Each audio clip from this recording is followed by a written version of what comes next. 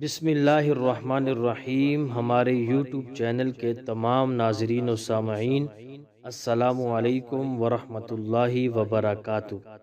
آج کی ہماری یہ ویڈیو ایک خاص وظیفے کے بارے میں ہے۔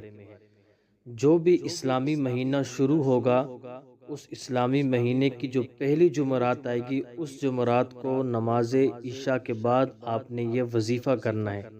اس وظیفے کا طریقہ یہ ہے کہ سب سے پہلے آپ نے غسل کرنا ہے۔ غسل کرنے کے بعد آپ نے صاف کپڑے پہننے ہیں اور اس کے بعد آپ نے کپڑوں پہ خوشبو لگانی ہے۔ خوشبو لگانے کے بعد پھر آپ نے نماز عشاء ادا کرنی ہے۔ نماز عشاء کے بعد پھر آپ نے وظیفہ شروع کرنا ہے۔ وظیفے کا طریقہ یہ ہے، آپ نے سب سے پہلے ایک مرتبہ درود شریف پڑھنی ہے۔ درود شریف پڑھنے کے بعد پھر آپ نے 300 مرتبہ یا لطیفو پڑھنا ہے اور اس کے بعد 70 مرتبہ اللہ لطیف بعبادہ پڑھنا ہے اور اس کے بعد آخر میں ایک مرتبہ آپ نے درود شریف پڑھنا ہے۔